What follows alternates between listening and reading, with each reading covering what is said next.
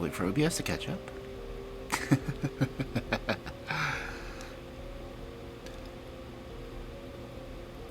Still got a minute left on the ads, so.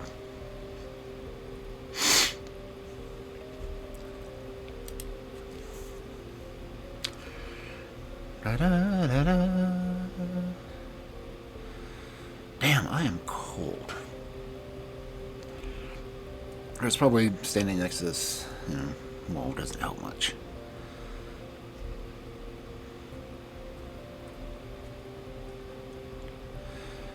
I really need to see if I can get a double pane glass instead of the single.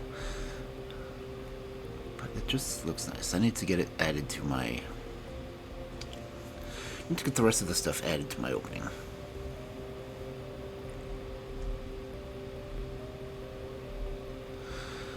Though adding it to the animation isn't so easy since I'm doing like a series of still shots. I would have to go through and add it to every single one of the still shots. And as much as I could do that, that's a lot of editing. I'd have to go through the individual... Well, I'd have to animate it.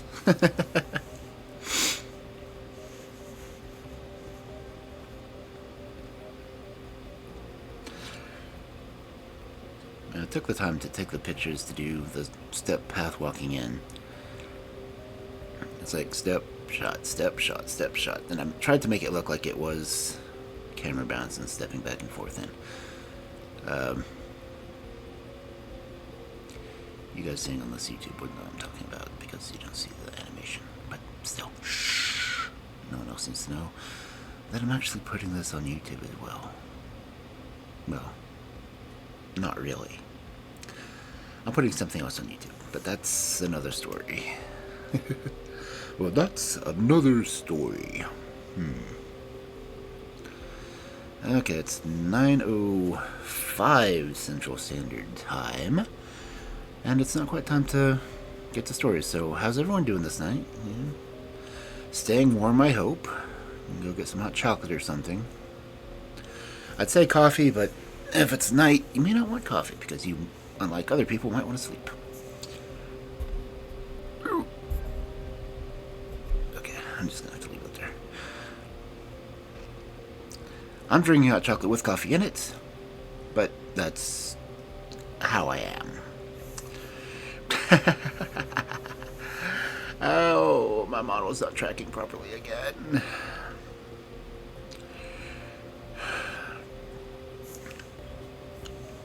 Of course, I seriously taxed the video card on this poor little laptop. I'm surprised I can have a model running at all with the way things go. Probably will have to switch to a PNG when I'm playing games.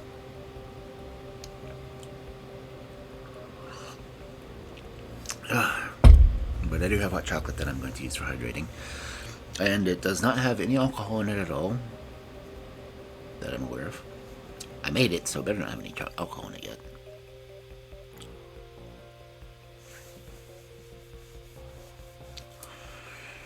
But yeah, we are doing fairy tales tonight because it is Friday night, and Friday night is for fairy tales.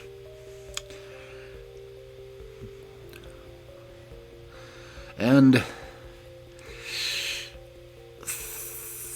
3 days and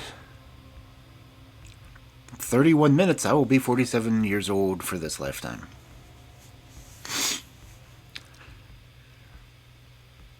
No, 30 minutes now. If one ever really wanted to track down what I am, without giving, like, my exact location of birth, but I was born at 9:36 p.m., January 22nd, 1944.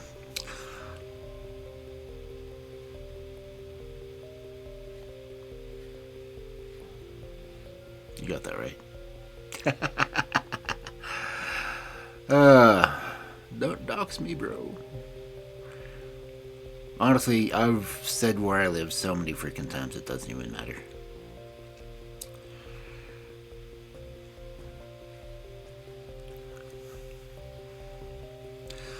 But again, we are doing fairy tales tonight from the Red Fairy book.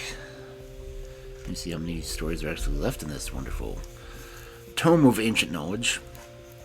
translated into English by Andrew Lang and his wife and a few other people. We are 6 stories from the end of this book.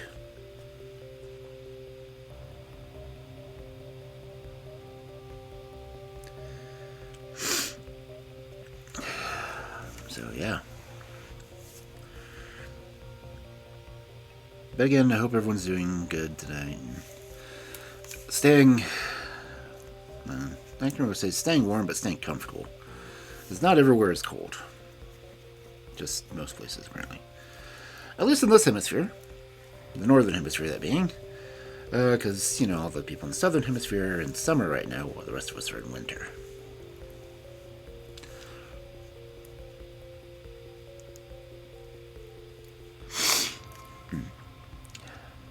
As you can tell by my constant sniffling, my nose has been running constantly.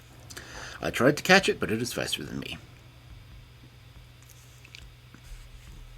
Okay, well. I'm going over to the library. Someday it would be really nice to have those stinger things, but I would want it to be book pages turning. And as often as I can find that in video editing software, I have not found it for OBS. So, anyway, we're here.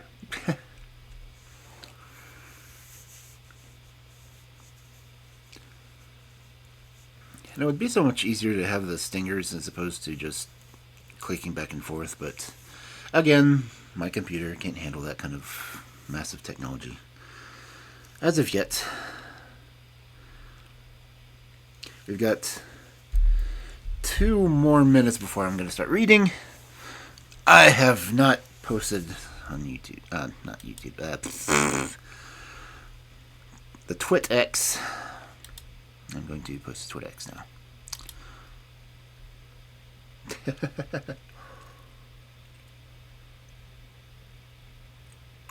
I am still working on 2 different books right now, though, so writing, not reading. Well, I'm reading 2 different books. But that's beside the point, as I'm just posting this here. Red Fairy Book, Part 11. Waiting for it. Something went wrong, but don't fret. Try. Let's give it another try. Okay, try it again.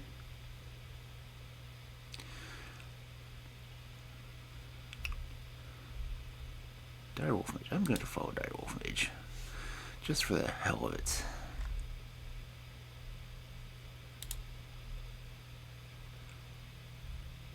And Dusk is going to be doing Elden Ring again soon. So.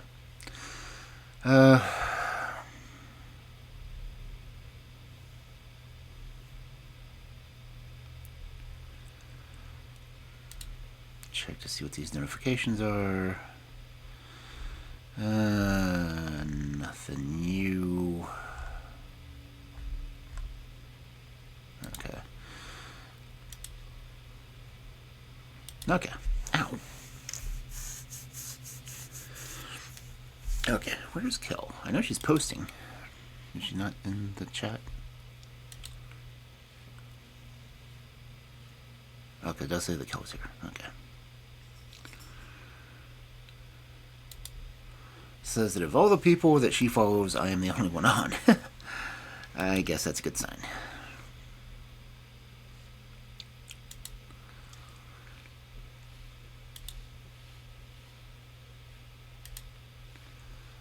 Okay. Is she there? Oh, there she is. Okay. Gotta make sure she's here, because otherwise life gets hard.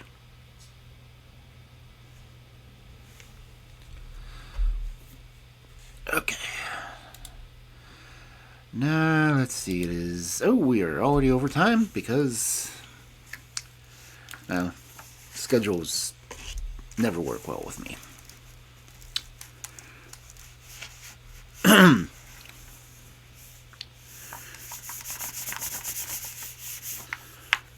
So our first, a wild snom has appeared. Anyway.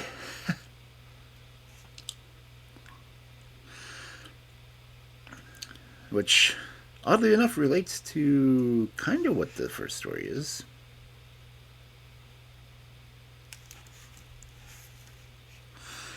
Because our first story for this Friday night of fairy tales is Bushy Bride.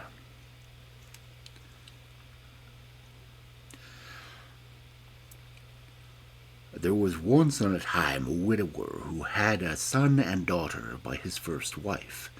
They were both good children and loved each other with all their hearts. After some time had gone by, the man married again, and he chose a widow with one daughter, who was ugly and wicked.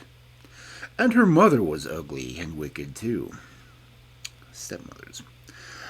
From the very day that the new wife came into the house, there was no peace for the man's children, and not a corner to be found where they could get any rest.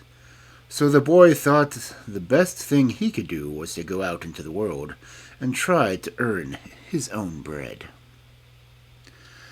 When he had roamed about for some time, he found the king's palace, where he obtained a place under the coachman.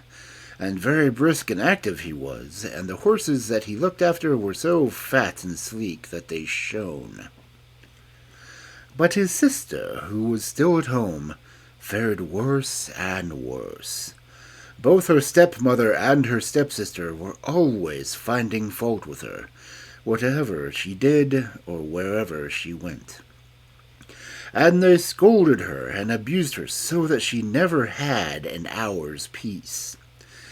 They made her do all the hard work, and hard words fell to her lot early and late. But little enough food accompanied them. One day they sent her to the brook to fetch some water home, and an ugly and horrible head rose out of the water and said, "Wash me, girl!" "Yes, I will wash you with pleasure," said the girl, and the girl began to wash and scrub the ugly face, but she couldn't help thinking that it was very unpleasant piece of work. When she had done it, and done it well, another head rose up out of the water, and this one was uglier still. "Brush me, girl," said the head. "Yes, I will brush you with pleasure," said the girl, and set to work on the tangled hair, and, as may be easily imagined, this too was by no means pleasant work. When she had gotten it done, another, a much more ugly and horrible-looking head rose up out of the water. "Kiss me, girl," said the head. "Yes, I will kiss you," said the man's daughter, and she did it. But she thought it was the worst bit of work that she had ever had to do in her life. So the heads began to talk to each other, and to ask what they would do for the girl who was so full of kindness. "She shall be the prettiest girl that ever was, and as fair and bright as a day," said the first head. "Gold shall drop from her hair whenever she brushes it," said the second. "Gold shall drop from her mouth whenever she speaks," said the third head. So when the man's daughter went home, looking as beautiful and bright as day, the stepmother and her daughter grew even more ill-tempered, and it was worse still when she began to talk, and they saw the golden coins dropped out of her mouth. The stepmother fell into such a towering passion that she drove the man's daughter into the pigsty. She might stay there with her fine show of gold, the stepmother said, but she should not be permitted to set foot into the house. It was not long after before the mother wanted her own daughter to go to the stream to fetch some water. When she got there with her pails, the first head rose up out of the water close to the bank. "Wash me, girl," it said. "Wash yourself," answered the woman's daughter. Then the second head appeared. Brush me, girl, said the head. Brush yourself, said the woman's daughter. So she went down to the bottom, and the third head came up. Kiss me, girl, said the head. As if I would kiss your ugly mouth, said the girl. So again the heads talked to each other, and about what they should do for the girl who was so ill-tempered and full of her own importance. And they agreed that she should have a nose that is 4 ells long, a jaw that was 3 ells, and a fur brush in the middle of her forehead. And every time she spoke, ashes should fall from her mouth. When she came back to the cottage with her pails, she called her mother, who was inside. Open the door! Open the door yourself, my dear own child, said the mother. I can't get near because of my nose, said the daughter. When the mother came and saw her, you may imagine what state of mind she was in, and how she screamed and lamented, but neither the nose nor the jaw grew any less for that. Now, the brother, who was in the service in the king's palace, had taken a portrait of his sister, and he had carried the picture away with him. And every morning and evening he knelt down to pray before it, and prayed for his sister, so dearly did he love her. The other stable boys had heard him doing this, so they peeped through a keyhole into his room, and saw that he was kneeling before a picture. So they told everyone that every morning and evening the youth knelt and prayed to an idol which he had. And at last they went to the king himself and begged that he too would peep through the keyhole and see for himself what the youth did. At first the king would not believe this, but after a long time they prevailed with him, and he crept on tiptoe to the door, peeped through, and saw the youth on his knees with his hands clasped together before a picture which was hanging on the wall. "Open the door!" cried the king, but the youth did not hear. So the king called to him again, but the youth was praying so fervently that he did not hear him this time either. "Open the door, I say!" cried the king. "It is I want to come in."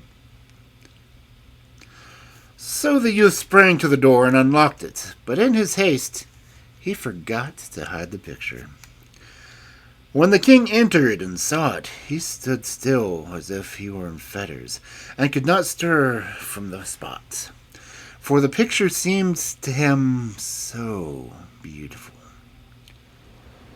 "There is nowhere on earth so beautiful a woman as this," said the king.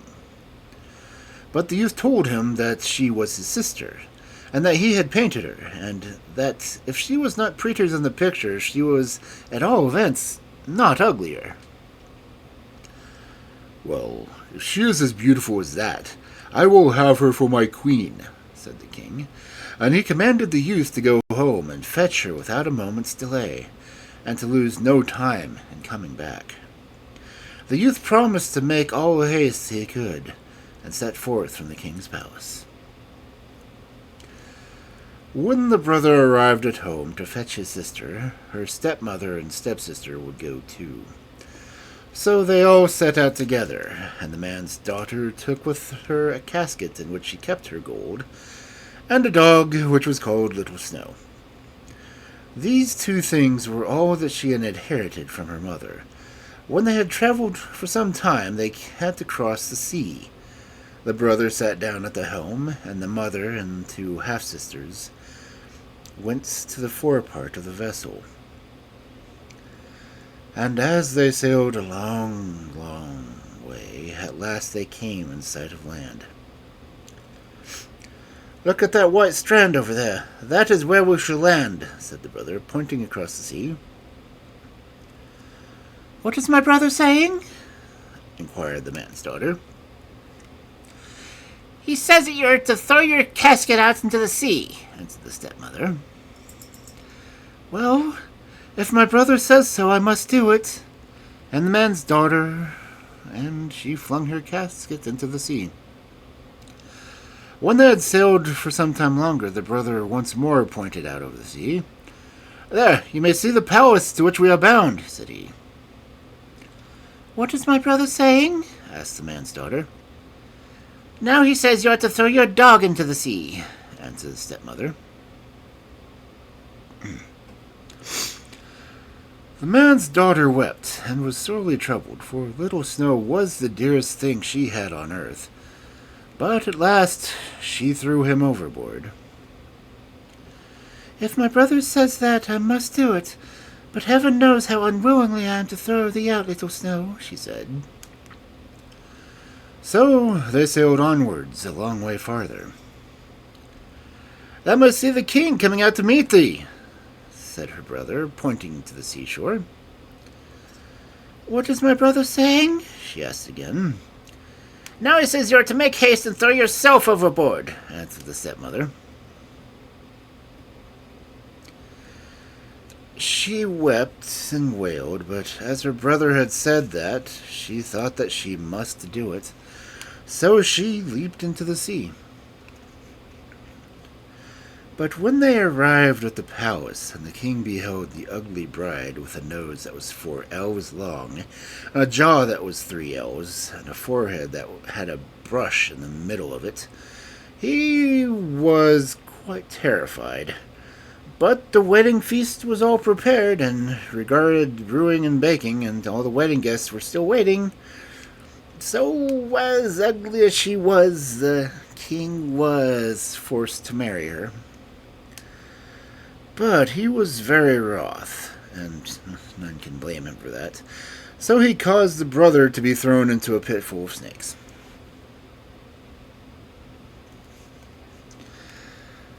On the first Thursday night after this, a maiden came into the kitchen of the palace and begged the kitchen maid who slept there to lend her a brush. She begged very prettily and got it, and then she brushed her hair, and the gold dropped from it. The little dog was with her, and she said to it, Go out, little Snow, and see if it will be day soon. This she said thrice, and the third time that she went and sent the dog to see it, it was very near dawn. Then she was forced to depart. But as she went, she said, Out on the ugly Bushy Bride, sleeping so soft by the young king's side, on sand and stones my bed I make, and my brother sleeps with a cold snake, unpitied and unwet. I shall come twice more, and then never again, said she. In the morning the kitchen maid related what she had seen and heard, and the king said that next Thursday night he himself would watch in the kitchen and see if this were true. And when it had begun to grow dark, he went out into the kitchen to the girl. But though he rubbed his eyes and did everything he could to keep himself awake, it was all in vain. For the Bushy Bride crooned and sang till his eyes were fast closed. And when the beautiful young maiden came, he was sound asleep and snoring. This time also, as before, she borrowed a brush and brushed her hair with it, and the gold dropped down as she did it. And again she sent the dog out 3 times, and when day dawned she departed. But as she was going she said, as she had said before, I shall come once more, then never again. On the 3rd Thursday night the king once more insisted on keeping watch. Then he set 2 men to hold him. Each of them was to take an arm and shake him and jerk him by the arm whenever he seemed to be going to fall asleep. And the two men set to watch for his Bushy Bride. And as the nights bore on, the Bushy Bride again began to croon and to sing, so that his eyes began to close and his head to droop to one side. Then came the lovely maiden, and got the brush and brushed her hair till gold fell from it. And then she sent her little Snow out to see if it would soon be day. And thus she did 3 times.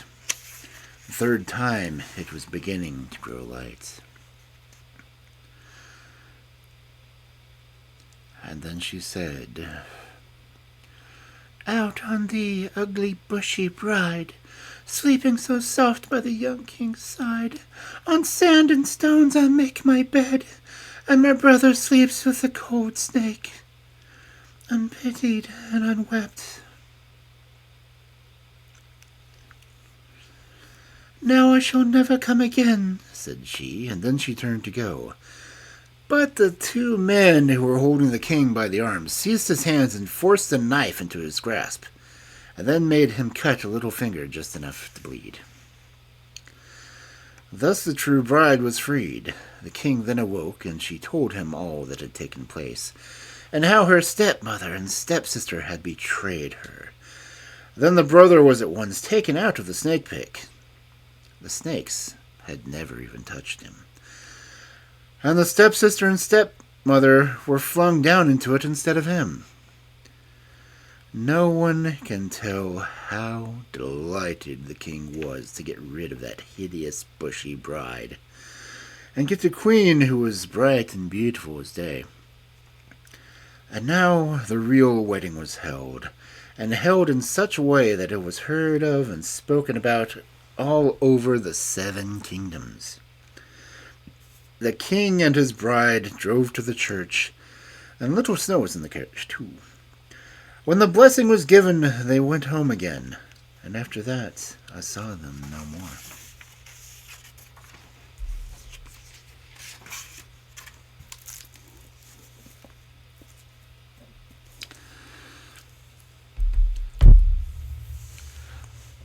Now, why the hell did her father marry an ugly widow?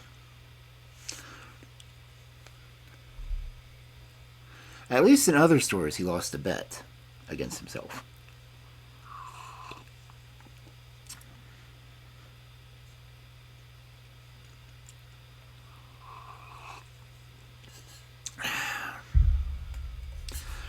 But anyway, a Bushy Bride. Can you imagine having a bush growing out of your forehead? I mean, admittedly, it was probably just a massive unibrow, but still.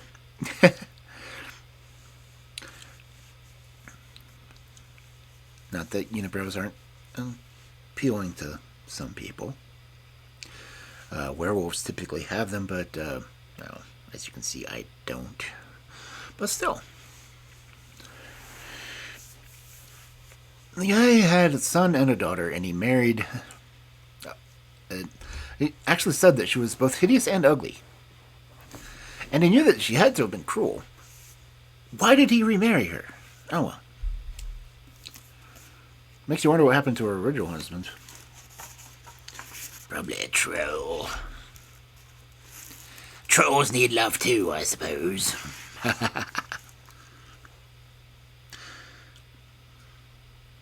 Oh, well. Next story is going to be vaguely familiar.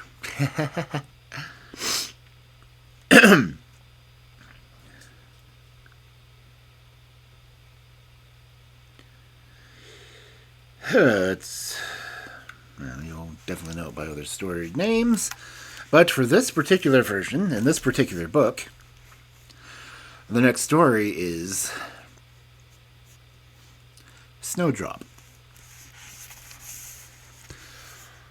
Once upon a time, in the middle of winter, when snowflakes were falling like feathers on the earth, a queen sat at a window framed in black ebony and sewed. And as she sewed and gazed out the white landscape, she pricked her finger with a needle, and 3 drops of blood fell on the snow outside. And because the red showed so well against the white, she thought to herself, "Oh, what wouldn't I give to have a child as white as snow, as red as blood, and as black as ebony?"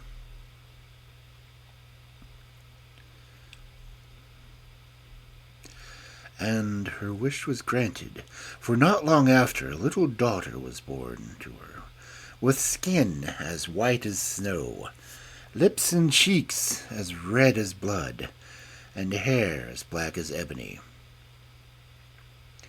They called her Snowdrop, and not long after her birth, the queen died.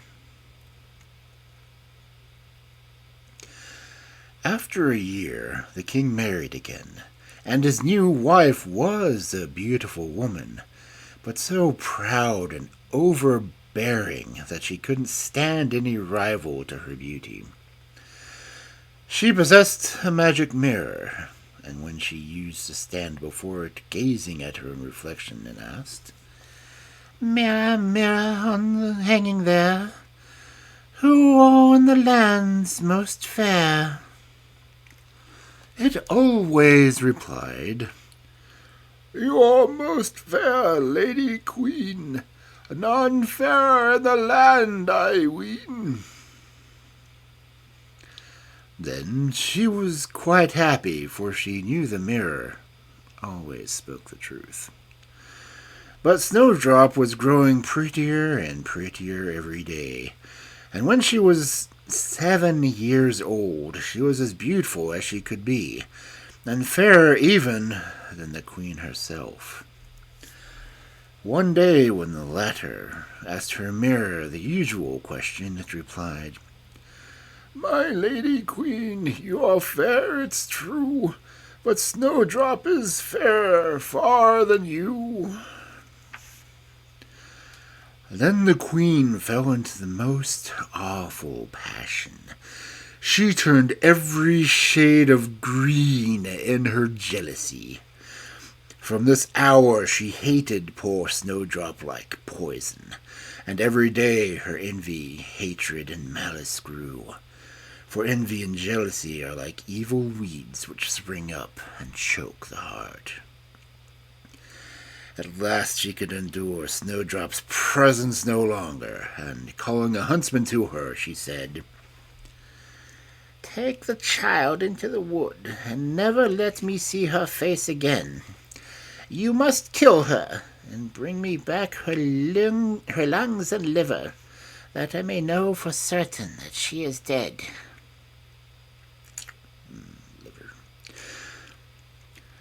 The huntsman did as he was told, and led Snowdrop out into the wood.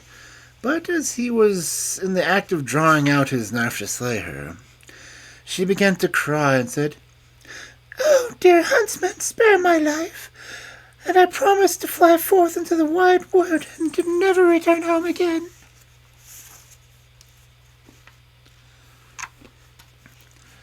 And because she was so pretty and young, the huntsman had pity on her and said, "Run along, poor child," for he thought to himself, "the wild beasts will soon eat her up."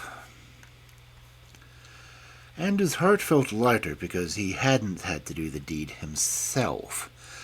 And as he turned away, a young boar came running past. So he shot it, and brought its lungs and liver home to the queen as proof that Snowdrop was really dead. And the wicked woman had them stewed in salt and ate them up, thinking she had made an end of Snowdrop forever. Now, when the poor child found herself alone in the big wood, the very trees around her seemed to assume strange shapes, and she felt so frightened she didn't know what to do.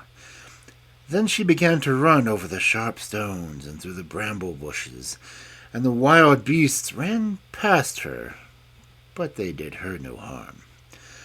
She ran as far as her legs could carry her, and as evening approached she saw a little house, and she stepped inside to rest. Everything was very small in this little house. but cleaner and neater than anything you could imagine.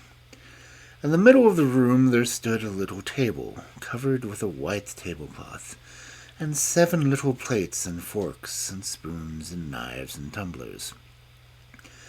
Side by side against the wall there were 7 little beds, covered with snow-white counterpanes. Snowdrop felt so hungry and so thirsty that she ate a bit of bread and a little porridge from each plate, and drank a drop of wine out of each tumbler. Then, feeling tired and sleepy, she lay down on one of the beds, but it wasn't comfortable. Then she tried all the others in turns, but one was too long, another too short, and it was only when she got to the 7th that she found one to suit her exactly. So she lay down upon it, and said her prayers like a good child, and fell fast asleep. When it got quite dark, the masters of the little house returned. They were 7 dwarves who worked in the mines, right down deep in the heart of the mountain. They lighted their 7 little lamps, and as soon as their eyes got accustomed to the glare, they saw that someone had been in the room, for all was not in the same order as they had left it. The first said, "Who's been sitting in my little chair?" The second said, "Who's been eating my little loaf?" The third said, "Who's been tasting my porridge?" The fourth said, "Who's been eating out of my little plate?" The fifth said, "Who's been using my little fork?" The sixth said, "Who's been cutting with my little knife?" The seventh said, "Who's been drinking out of my little tumbler?" Then the first dwarf looked around and saw a little hollow in his bed, and he asked again, "Hey, who's been lying in my bed?" The others came running around and cried when they saw their beds, "Someone is laying in ours too!" "Wonder who?" But the 7th came to his bed and started back in amazement, for there he beheld Snowdrop, fast asleep. Then he called the others, who turned their little lamps full on the bed, and when they saw Snowdrop lying there, they nearly fell down with surprise. "Goodness gracious!" they cried. "What a beautiful child!" And they were so enchanted by her beauty that they did not wake her, but let her sleep on the little bed. But the 7th dwarf slept on his companions 1 hour in each bed. In this way he managed to pass the night. In the morning Snowdrop awoke, but when she saw the 7 little dwarves, she felt very frightened. But they were so friendly and asked her what her name was in such a kind way that she replied, "I'm Snowdrop." "How did you come to our house?" continued the dwarves. Then she told them how her stepmother had wished to put her to death, and how the huntsman had spared her life, and how she had run the whole day until she came to the little house. The dwarfs, when they had heard her sad story, asked her, "Will you stay and keep house for us, cook, make beds, the washing, sew, and knit? And if you give the satisfaction and everything neat and clean, you shall want for nothing." "Yes," answered Snowdrop, "I will gladly do all you ask." And so she took up her abode with them. Every morning the dwarves went to the mountain to dig for gold, and in the evening, when they returned home, Snowdrop always had their supper ready for them. But during the day, the girl was quite alone. So the good dwarfs warned her, saying, "Beware of your stepmother. She will soon find out you are here, and whatever you do, don't let anyone in the house." Now, the queen, after she thought she had eaten Snowdrop's lungs and liver, never dreamed that she was once more the most beautiful in the world. So stepping before her mirror one day, she said, "Mirror, mirror, hanging there, who in all the land's most fair?" And the mirror answered, "My lady queen, you are fair, 'tis true, but Snowdrop is fairer far than you. Snowdrop dwells with the 7 little men, is as fair as you, as fair again." When the queen heard these words, she was nearly struck dumb in horror, for the mirror always spoke the truth, and she knew now that the huntsman must have deceived her, and that Snowdrop was still alive. She pondered day and night how she might destroy her, for as long as she felt she had a rival in the land, her jealous heart would left her no rest. At last she hit upon a plan. She stained her face and dressed herself up as an old peddler wife, so that she was quite unrecognizable. In this guise she went over the 7 hills till she came to the house of the 7 dwarves. There she knocked at the door, calling out at the same time, "Fine wares to sell! Fine wares to sell!" Snowdrop peeped out of the window and called out, "Good day, mother. What have you to sell?" "Fine wares, good wares," she answered. "Laces of every shade and description." And she held one up that was made of some, gay-colored silk. "Surely I can let this honest woman in," thought Snowdrop, so she unbarred the door and brought the pretty lace.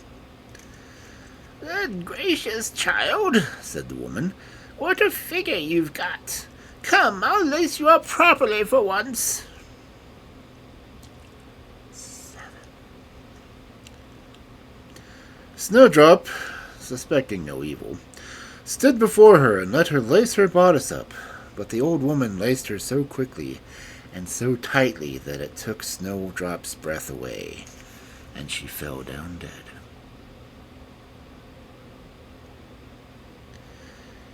"Now you are no longer the fairest," said the wicked old woman, and then she hastened away. In the evening the 7 dwarfs came home, and you may think of the fright they got when they saw their dear Snowdrop lying on the floor, as still and motionless as a dead person.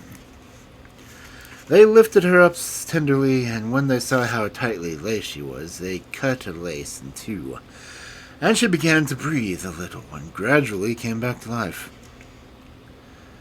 When the dwarfs learned what had happened, they said, "Depend on it, the old peddler wife was none other than the old queen. In the future you must be sure to let no one in, if we are not home."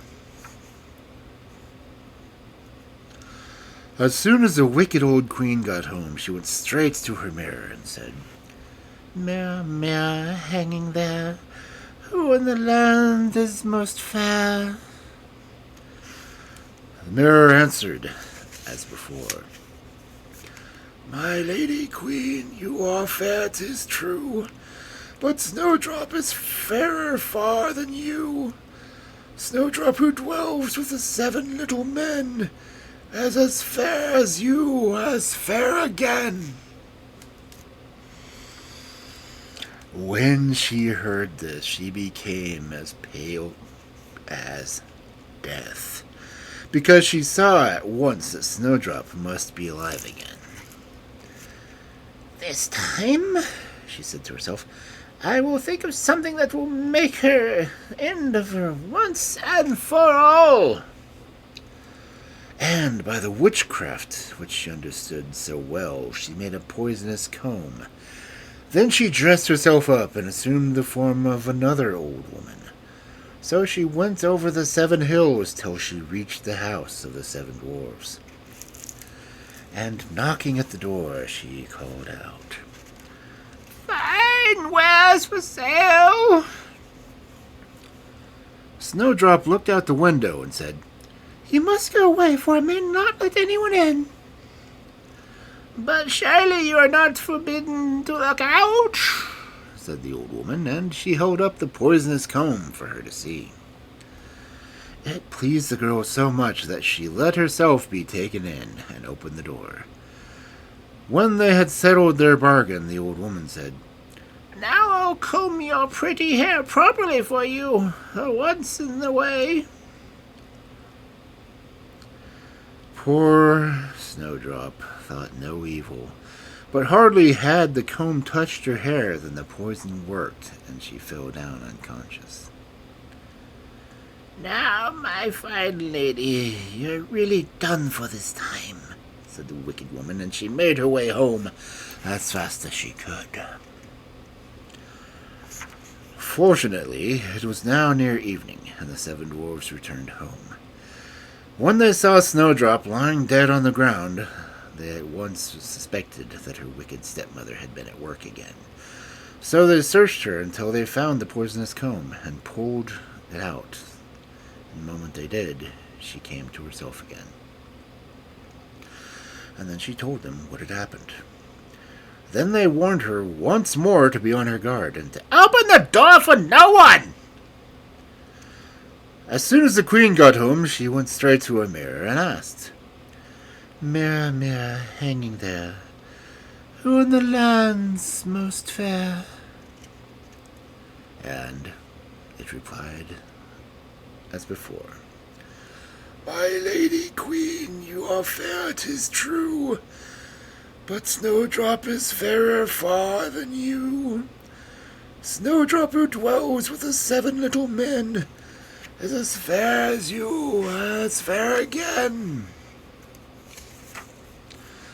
When she heard these words, she literally trembled and shook with rage. "Snowdrop shall die," she said, "though it may cost me my own life." Then she went to a little secret chamber which no one knew of but herself, and there she made a poison apple. Outwardly, like herself, it looked beautiful, white with red cheeks, so that everyone who saw it longed to eat it. But anyone who might do so would certainly die on the spot. When the apple was quite finished, she stained her face and dressed herself as a peasant. And so she went over the 7 hills to the 7 dwarves. She knocked at the door, and as usual, but Snowdrop put her head out the window and called out, "I may not let anyone in. The 7 dwarfs have forbidden me to do so." "Are you afraid of being poisoned?" asked the old woman. "See, I will cut this apple in half. I'll eat the white cheek, and you can have the red."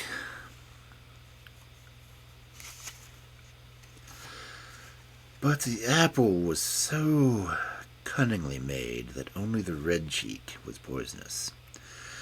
Snowdrop longed to eat the tempting fruit, and when she saw that the peasant woman was eating it herself, she couldn't resist the temptation any longer, and stretching out her hand, she took the poisonous half. But hardly had the first bite passed her lips than she fell down dead on the ground.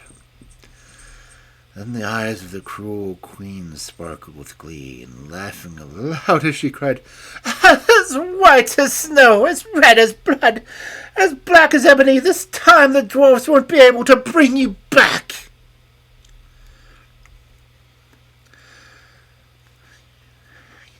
When she got home, she asked the mirror, "Mirror, mirror, hanging there, who in the land's most fair?"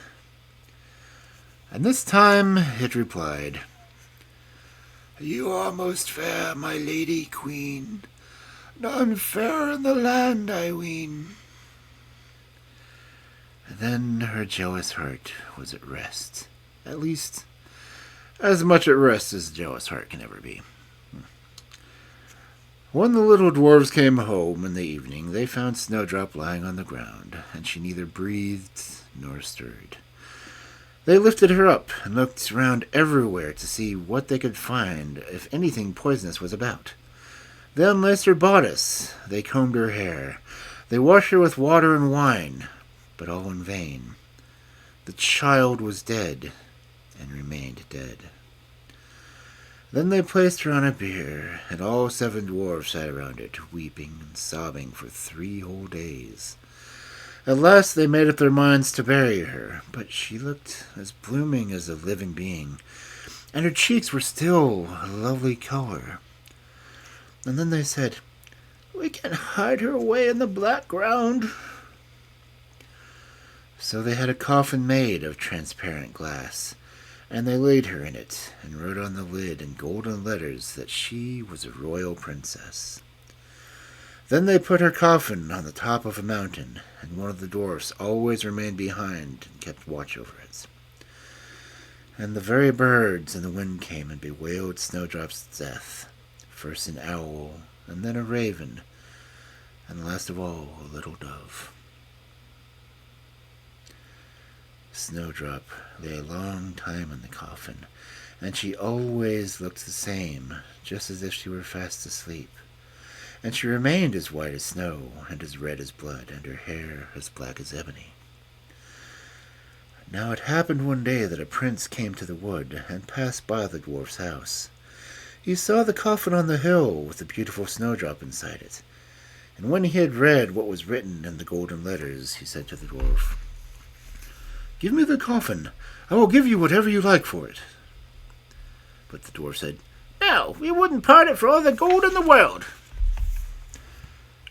"Well, then," he replied, "give it to me, because I cannot live without Snowdrop. I will cherish and love it as my dearest possession." He spoke so sadly that the good dwarfs had pity on him, and gave him the coffin, and the prince made his servants bear it away on their shoulders.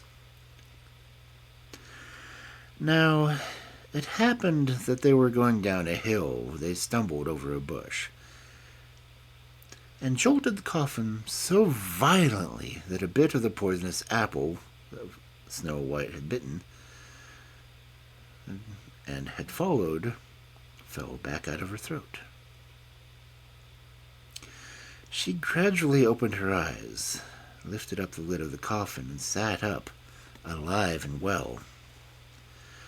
"Oh, dear me, where am I?" she cried.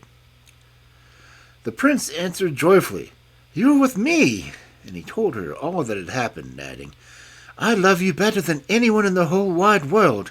Will you come with me to my father's palace and be my wife?"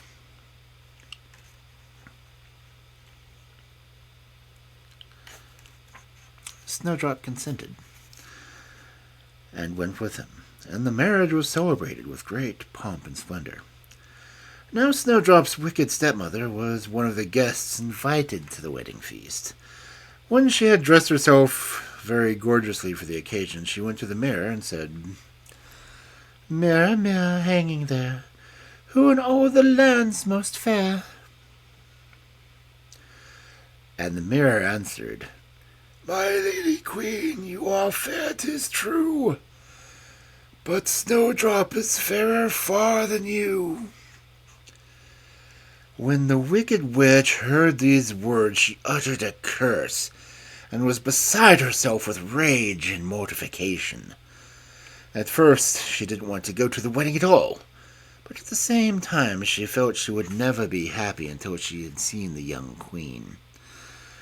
As she entered, Snowdrop recognized her, and nearly fainted with fear. But red-hot irons had been prepared for the wicked old queen, and she was made to get into them and dance until she fell down dead.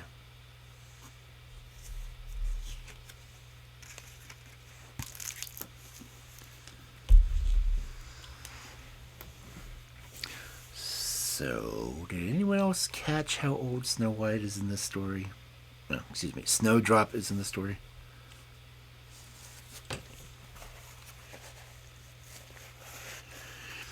Seven.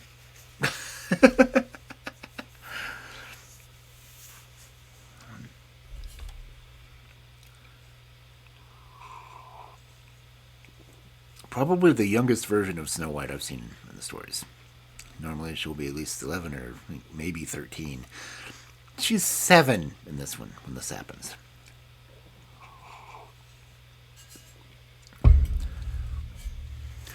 And the queen said she had a figure.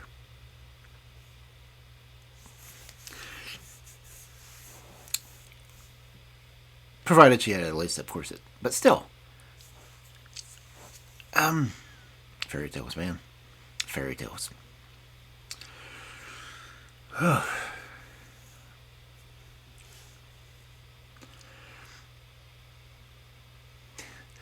this isn't a book for young readers, mind you.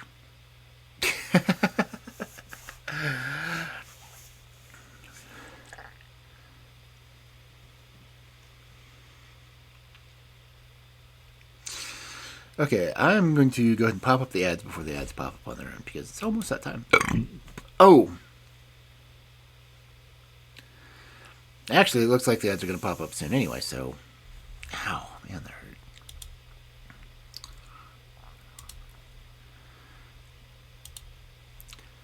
Okay, ads are going to start in a minute, so... Yeah, 3 minutes of ads in a minute. We'll come back for the next story when we get back. Cool.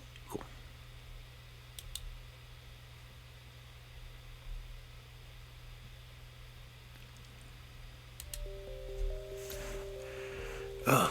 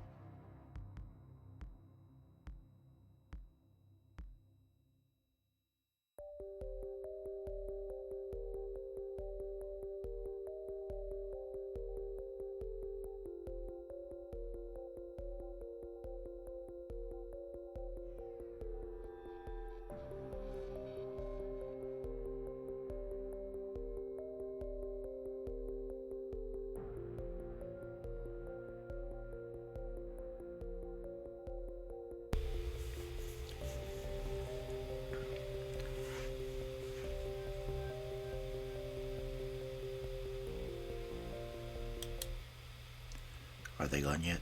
Nope. 8. Now it says community's back. Hi, everyone. Welcome back.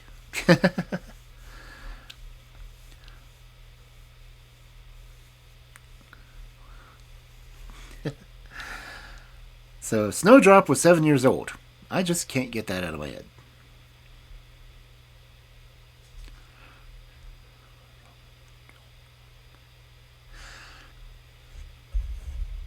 But I like the fact that it said the dwarfs were all different sizes and shapes.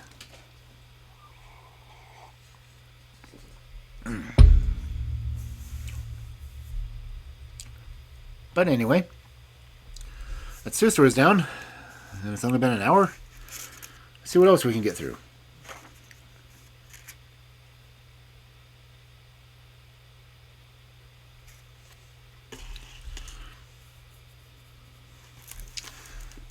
If we keep going at this rate, we'll finish this book next week. Then I'll have to remember which color comes after red. Okay. So our third story for this wonderful Friday night of fairy tales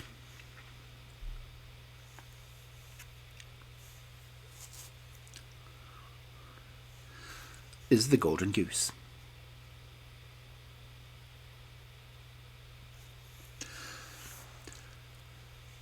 There was once a man who had 3 sons. The youngest of them was called Dullhead, and was sneered and jeered at and snubbed on every possible occasion. One day it happened that the eldest son wished to go to the forest to cut wood. And before his mother gave him a fine rich cake and a bottle of wine, so that he might be sure not to suffer from hunger or thirst. When he reached the forest, he met a little old grey man who wished him good morning, and said, "Do give me a piece of that cake you've got in your pocket, and let me have a draught of your wine. I am so hungry and thirsty." But this clever son replied, "If I give you my cake and wine, I shall have none left for myself. Just go on your way." And he left the little man standing there and went further out into the forest. There he began to cut down a tree, but before long he made a false stroke of an axe and cut his own arm so badly that he was obliged to go home to have it bound up. And then the second son went to the forest, and his mother gave him a good cake and a bottle of wine that she had to his older brother. He too met the little old grey man, who begged him for a morsel of cake and a drink of the wine. But the second son spoke most sensibly too, and said, "Whatever I give you, I deprive myself of. Just go on your own way, will you?" Not long after, his punishment overtook him, for no sooner had he struck a couple of blows on the tree with his axe that he cut his leg so badly that he had to be carried home.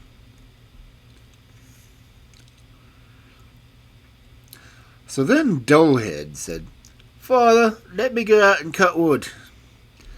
But his father answered, "Both your brothers have injured themselves. You had better leave it alone. You know nothing about it." But Dullhead begged so hard to be allowed that at last his father finally said, "Very well, then go. Perhaps when you hurt yourself you may learn to know better."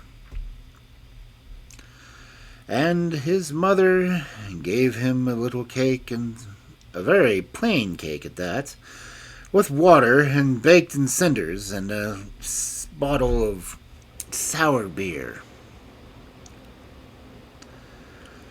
When he got to the forest, he too met the little old grey man, who greeted him and said, "Give me a piece of your cake and a draught from your bottle. I am so hungry and thirsty."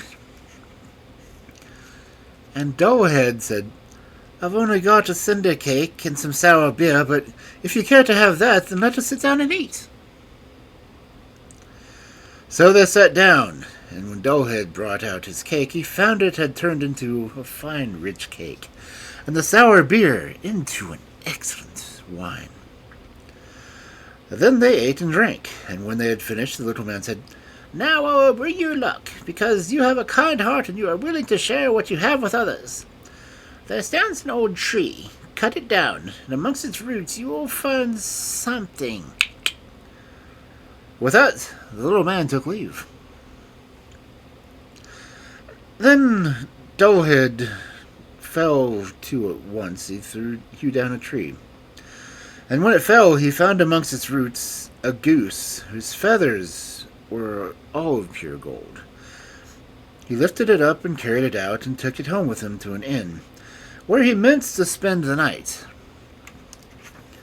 Now, the landlord of the inn had 3 daughters, and when they saw the goose, they were filled with curiosity as to what this wonderful bird could be, and each longed to have one of its gold feathers.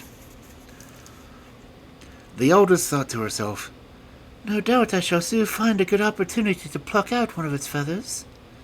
And the first time Dullhead happened to leave the room, she got hold of the goose by its wing.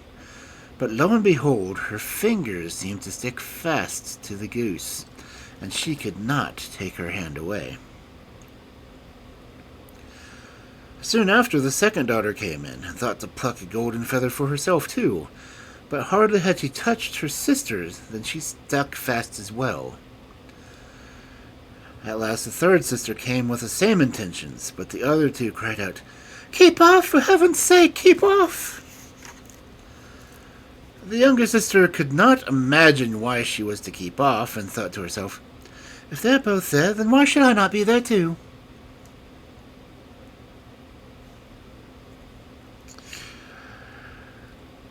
So she sprang to them, but no sooner had she touched one of them than she stuck fast to her.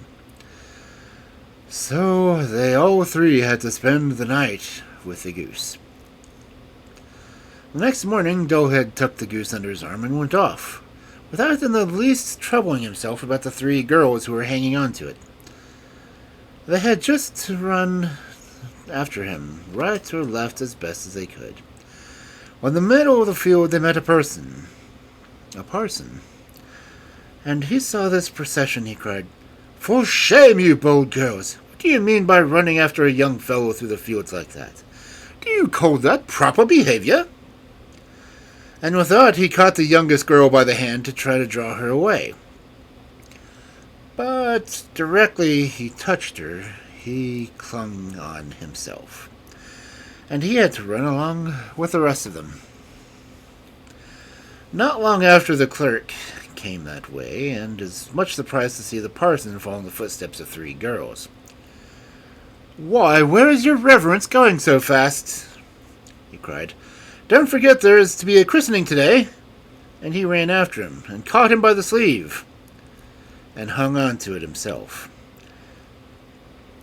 As the 5 of them trotted along in this fashion, one after the other, 2 peasants were coming from their work with their hoes.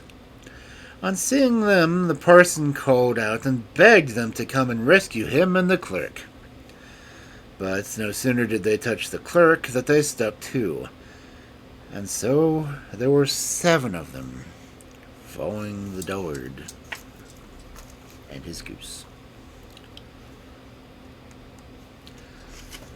After a time, they all came to a town where a king reigned whose daughter was so serious and solemn that no one could manage to make her laugh. So the king had decreed that whoever should succeed in making her laugh should marry her. When Dullhead heard this, he marched before the princess with his goose and its appendages, and as soon as she saw these 7 people continually running after each other, she burst out laughing and could not stop herself. Then Dullard claimed her to be his bride. But the king, who did not fancy himself a son-in-law, made all sorts of objections, and told him that he must first find a man who could drink up a whole cellar full of wine. Me. Dullhead bethought him of the little grey man, who could, he felt sure, help him. So he went off to the forest, on the very spot where he had cut down the tree, and saw the man sitting among with the most dismal expression on his face. Dullhead asked him what he was taking so much to heart, and the man answered, "I don't know how I will ever quench this terrible thirst I am suffering from. Cold water doesn't suit me at all. To be sure, I've emptied a whole barrel of wine, but what is one drop on a hot stone?" "I think I can help you," said Dullhead. "Come with me, and you shall drink to your heart's content." So he took him to the king's cellar and sat down before the huge casks, and he drank and drank and drank to the whole contents of the cellar before the day was over. Then Dullhead asked once more for his bride, but the king felt vexed at the idea of the stupid fellow whom people called Dullhead carrying off his daughter, and he began to make fresh conditions. He required Dullhead to find a man who could eat a mountain of bread. Dullhead did not want to consider long, but went straight to the forest, and went to the same spot where there sat the man, who was drawing on the strap as tight as he could around his body, and making a most woeful face all the while. Said he, "I've eaten up a whole oven of loaves, but what's the good of that to anyone who is hungry as I am? I declare my stomach feels quite empty, and I must draw my belt tight if I'm not to die of starvation." Dullhead was delighted, and said, "Get up and come with me, and you shall have plenty to eat." And he brought him to the king's court. Now the king had given orders to have all the flour in his kingdom brought together, and to have a huge mountain baked of it. But the man from the wood just took up his stand before the mountain and began to eat. And in one day it had all vanished. For the third time Dullhead asked for his bride, but again the king tried to make some evasion, and demanded a ship which could sail on land or water. "When you come sailing up in such a ship," he said, "you shall have my daughter without further delay." Again Dullhead started off to the forest, and there he found the little old man with whom he had shared his cake, and who said, "I've eaten and drunk for you, and now I shall give you a ship. I've done all this for you because you were kind and merciful to me." Then he gave Dullhead a ship which could sail on land or water, and when the king saw it, he felt he could no longer refuse him his daughter. So they celebrated the wedding with great rejoicings, and after the king's death, Dullhead succeeded to the kingdom, and they lived happily ever after with his wife for many years.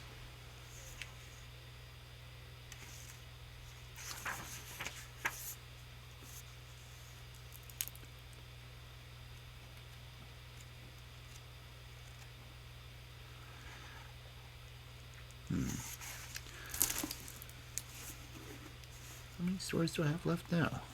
I might finish the book tonight at this rate. I've got 3 stories left. One of them is fairly short. That was shorter than I thought it would be. The next story is 8 pages long, and the one after that's 4.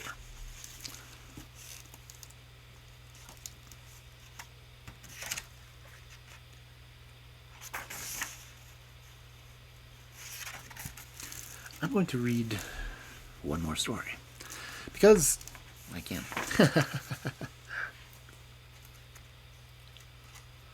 And it's only 10:17. I like to do this for 2 hours, and yeah, one more story. That will leave 2 stories for next week, if I don't decide to finish the book today.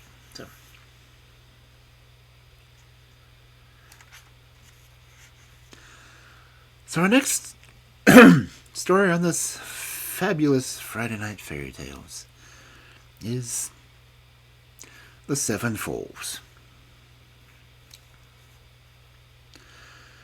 There was once upon a time a couple of poor folks who lived in a wretched hut, far away from everyone else in the wood.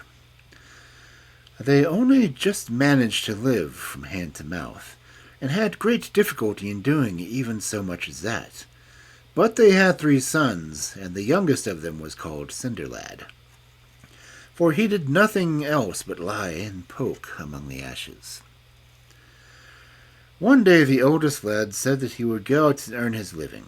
He soon got leave to do that, and set out on his way into the world. He walked on for a whole day, and when night was beginning to fall, he came to a royal palace. The king was standing outside on the steps, and asked where he was going.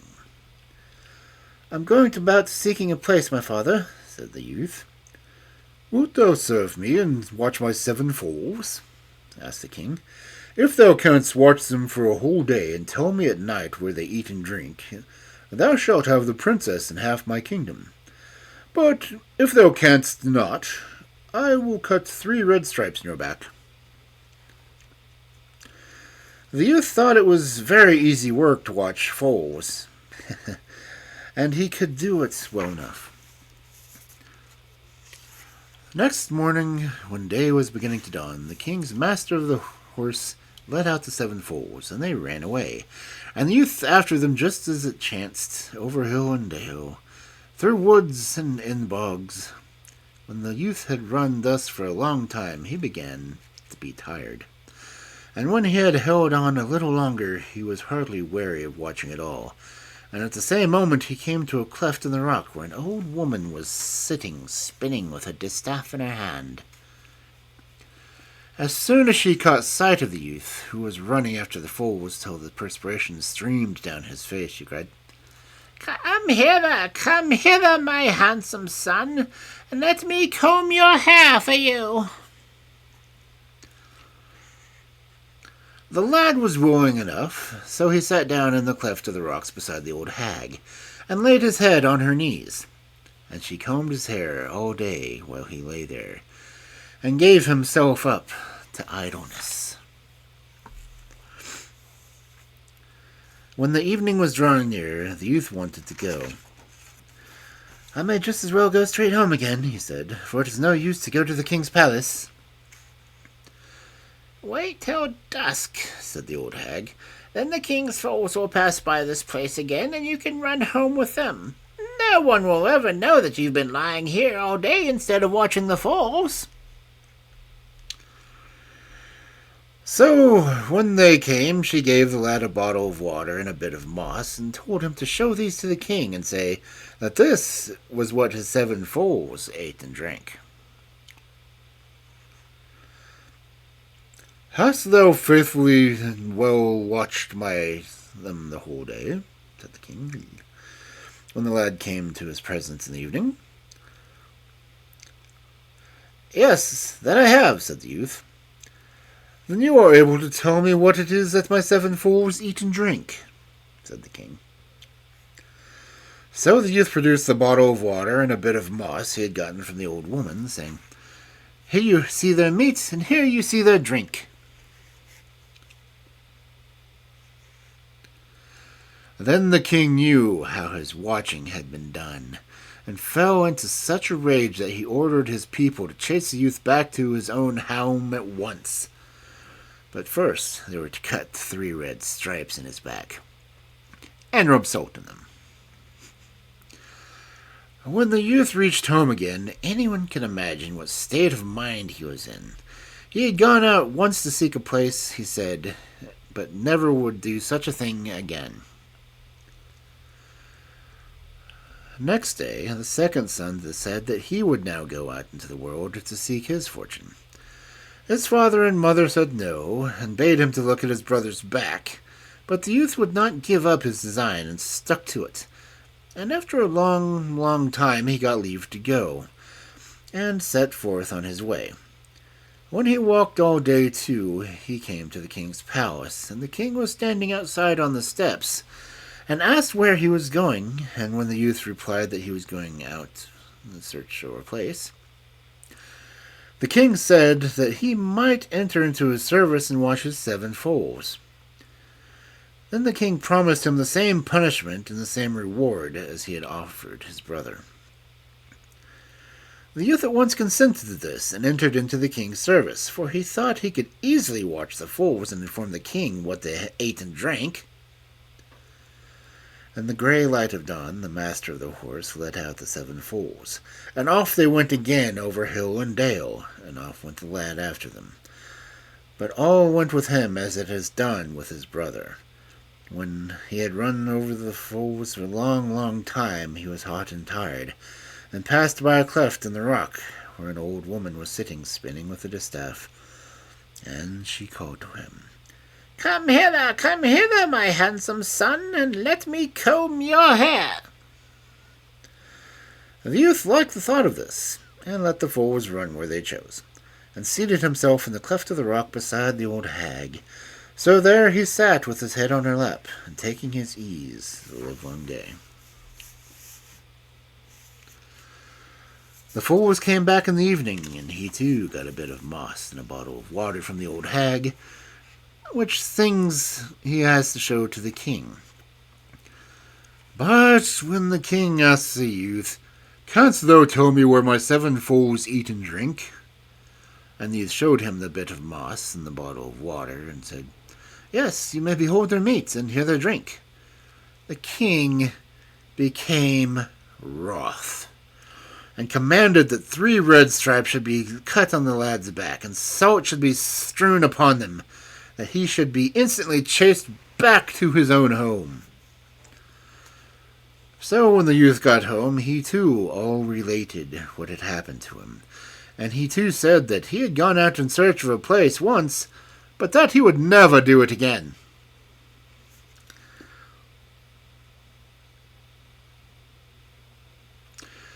On the 3rd day, Cinderlad wanted to set out.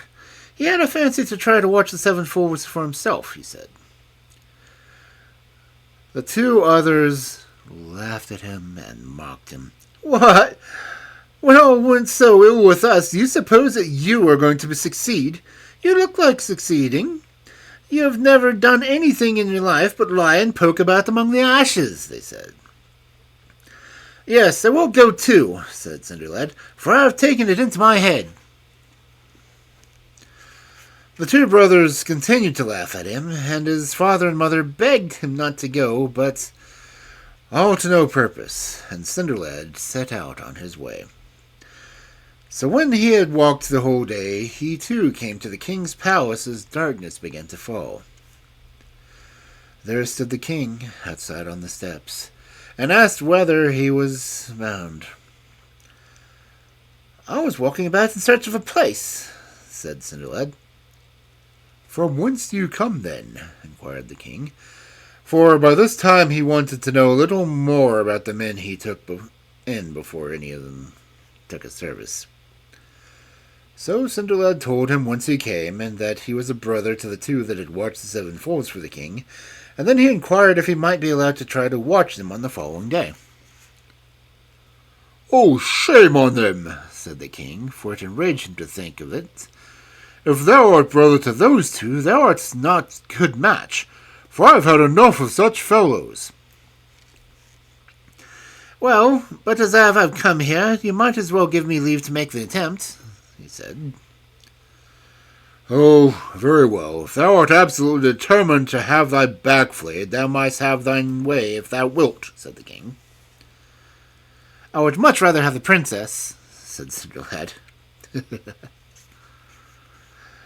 Next morning, in the grey of dawn, the master of the horse let out the 7 foals again, and they set off over hill and dale through woods and bogs, and off went Cinderlad after them. When he had run thus for a long time, he too came to the cleft in the rock. There the old hag was once more sitting and spinning from her distaff, and she cried to Cinderlad, come hither, my handsome son, let me comb your hair for you." "Come to me, then, come to me," said Cinderlad, as he passed by jumping and running, and keeping tight hold of one of the foal's tails. When he got safely past the cleft in the rock, the youngest foal said, "Get on my back, and you will have a long way to go." So the lad did this. And thus they journeyed onwards a long, long way. Dost thou see anything? Said the fool. No, said Cinderlad. So they journeyed onwards a good bit further. Dost thou see anything now? Said the fool. Oh, no, said the lad.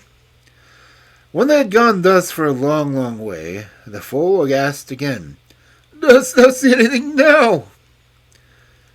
Yes, now I see something that is white, said Cinderlad. It looks like the trunk of a great thick birch tree. Yes, this is where we go in, said the fool.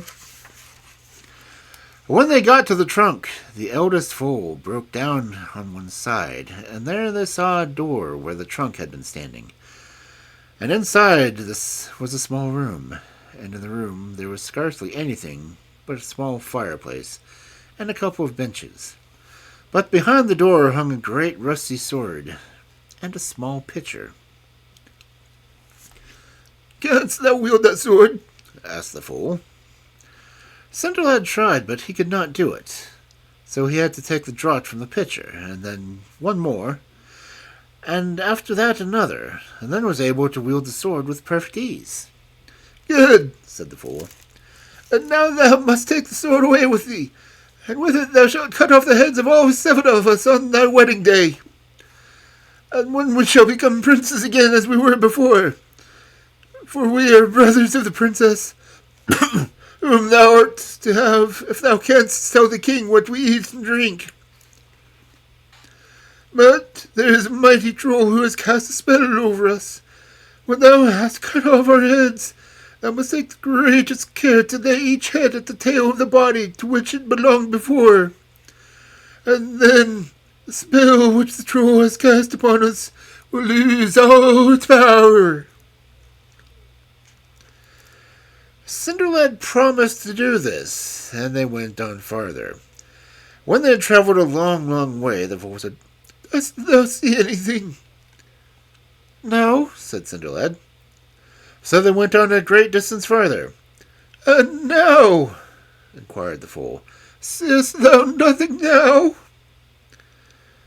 Alas, no, said Cinderlad. So they travelled onwards again for many and many a mile, over hill and dale. Now then, said the fool, dost thou not see anything else? Yes, said Cinderlad, I see something like a bluish streak far, far away. That is a river, said the fool, and now we have to cross it.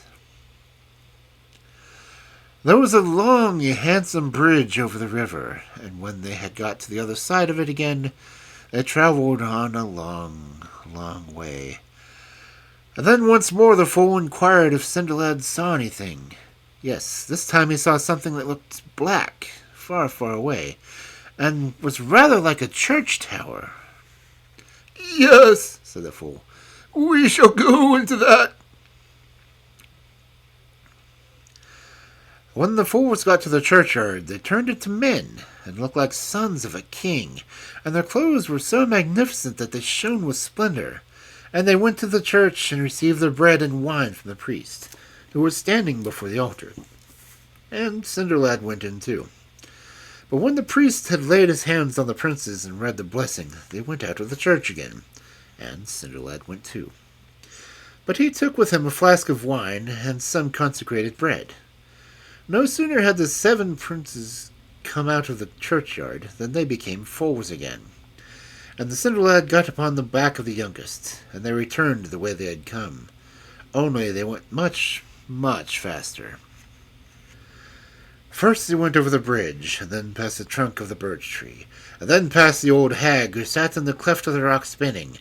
And they went by so fast that Cinderlad could not hear the old hag screeched after him, but just heard enough to understand that she was terribly enraged. Hast thou watched well and faithfully the whole day? Said the king to Cinderlad as they arrived. I have done my best, replied Cinderlad. Then thou canst tell me what my 7 foals eat and drink, said the king. So Cinderlad pulled forth the consecrated bread and the flask of wine, and showed them to the king. Here, thou may behold their meat and their drink, he said. Yes, diligently and faithfully thou hast watched, said the king. And thou shalt have the princess and half the kingdom. So all was made ready for the wedding, and the king said that it was to be so stately and magnificent that everyone should hear of it, and everyone inquire about it. But when they sat down to the marriage feast, the bridegroom arose and went down to the stable, for he said that he had forgotten something which he must go and look to. When he got there, he did what the fools had bidden him, and cut off the heads of all 7. First the eldest, and then the second, and according so to their age. And he was extremely careful to lay each head at the tail of the foal to which it had belonged. And when he had done that, all of the foals became princes again. When he returned to his marriage feast with the 7 princes, the king was so joyful that he kissed both Cinderlad and clapped him on the back, and his bride was still more delighted with him than she had been before. Half my kingdom is thine already, said the king, and the other half shall be thine upon my death, for my sons can get countries and kingdoms for themselves, now that they have become princes again. Therefore, as you may well believe, there was joy and merriment in the wedding.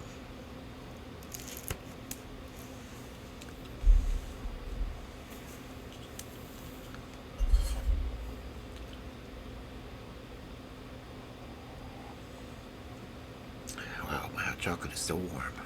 Nice. And now, there are only 2 stories left in this book. Shall I go on?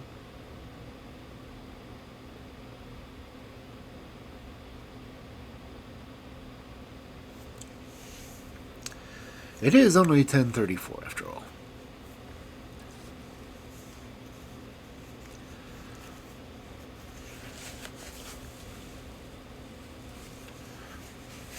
What say you, lurkers? I know you're there. At least I hope you're there. Another story, 2 more stories, finish the book.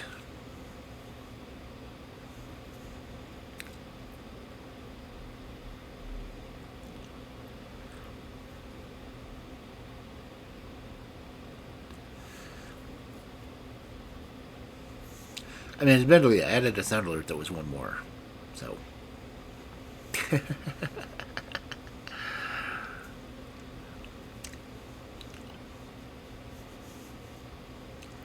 Oh, not a sound alert, but a blurb. But still. Oh.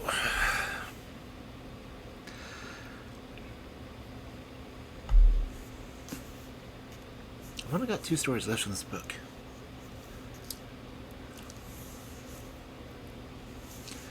You know what? I'm going to read anyway. Because I can.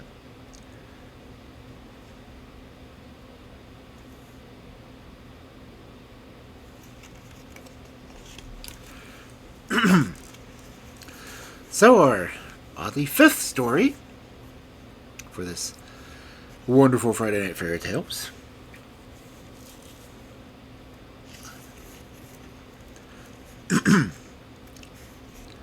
is The Marvelous Musician.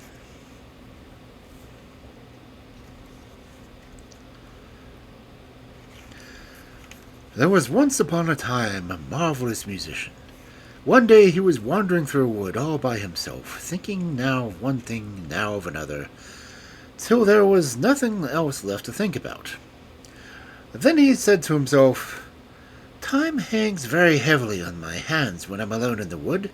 I must try to find a pleasant companion." So he took his fiddle out and fiddled till he woke the echoes around him. After a time, a wolf came through the thicket and trotted up to the musician. "Oh, it's a wolf, is it?" he said. "I've not the smallest wish for his society." Rude. But the wolf approached him and said, "Oh, my dear musician, how beautifully you play. I wish you'd teach me how it's done." "That's easily learned," answered the fiddler. "You must only do exactly as I tell you." "Oh, of course I will," replied the wolf. "I can promise that you will find me a most apt pupil." So they joined company and went on their way together. And after a time they came to an old oak trunk, which was hollow and had a crack in the middle of the trunk. "Now," said the musician, "if you want to learn to fiddle, here's your chance. Lay your front paws on this crack." The wolf did as he was told, and the musician quickly seized the stone and wedged both his forepaws so firmly into the crack that it was held there fast. A fast prisoner. "Wait there till I return," said the fiddler, and he went on his way. Bastard. After a time he said to himself again, "Time hangs very heavily on my hands when I'm all alone in the wood. I must try to find a companion." So he drew out his fiddle and fiddled away lustily. Presently a fox slunk through the trees. "Aha, what have I here?" said the musician. "A fox. Well, I haven't the smallest desire for his company." The fox came straight up to him and said, "My dear friend, how beautifully you play the fiddle. I would like to learn how to do it from you." "Nothing easier," said the musician, "if you'll promise to do exactly as I tell you." "Certainly," said the fox. "You have only to say the word." "Well, then, follow me," replied the fiddler. When they had gone a bit of the way, they came to a path with high trees on each side. Here the musician halted, bent a stout hazel bough down to the ground on one side of the path, and he put his foot on the end as if to try to keep it down. Then he bent a branch down on the other side and said, "Give me your left front paw, little fox, if you really wish to learn how it's done." The fox did as he was told, and the musician tied his front paw to the end of one of the branches. "Now, my friend, give me your right paw." Thus he bound to the other branch, and having carefully seen that his knots were all secure, he stepped off the ends of the branches, and they sprung back, leaving the poor fox suspended in the air. Bastard. "Just you wait here until I return," said the musician, and he went on his way. Once more he said to himself, "Time hangs heavily on my hands when I'm all alone in the woods. I must try to find another companion." So he took out his fiddle and played as merrily as before. This time a little hare came running up at the sound. "Oh, here comes a hare," said the musician. "I have not the smallest desire for his company." "How beautifully you play, dear Mr. Fiddler," said the hare. "I wish to learn how you do it." "It's easily learnt," answered the musician. "Just do exactly as I tell you." "That I will," said the hare. "You'll find me the most attentive pupil." And they went on a bit together till they came to a thin part of the wood, where they found an aspen tree growing. The musician bound a long cord around the little hare's neck, and the other he fastened to the tree. "Now, my merry little friend," said the musician, "run 20 times around the tree."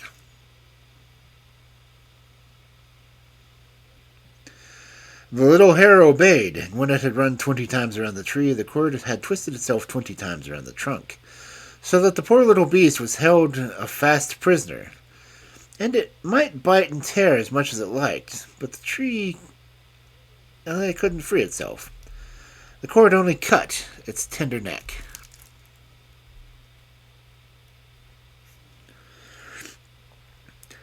"Wait here until I return," said the musician, and went on his way. In the meantime the wolf had pulled and bitten and scratched at the stone, until at last he succeeded in getting his paws out.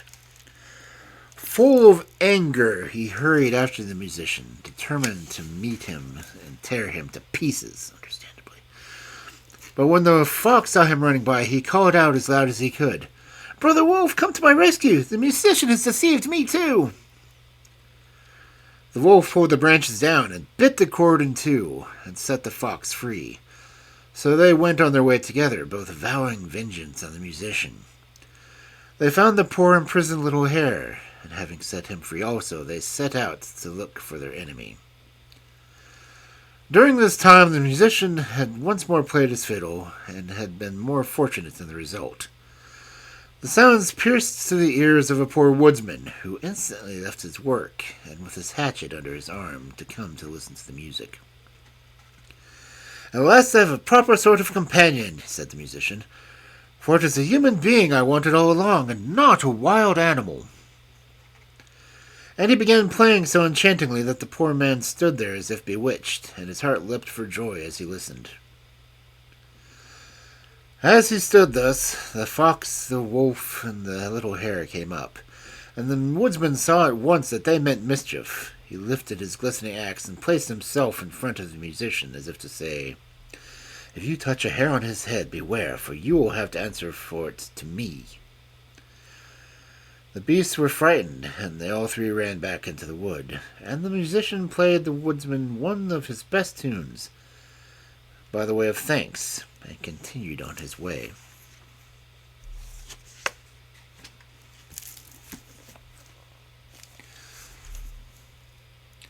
That musician was an asshole. Okay, so Animal was wanting to learn music, and he's just a jerk.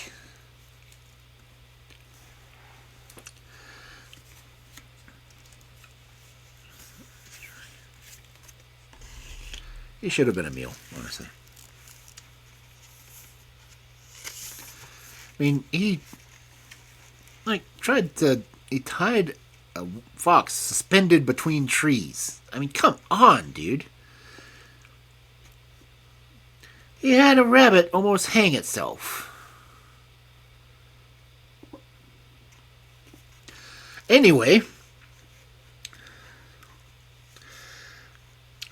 that was the Brothers Grimm story, of course.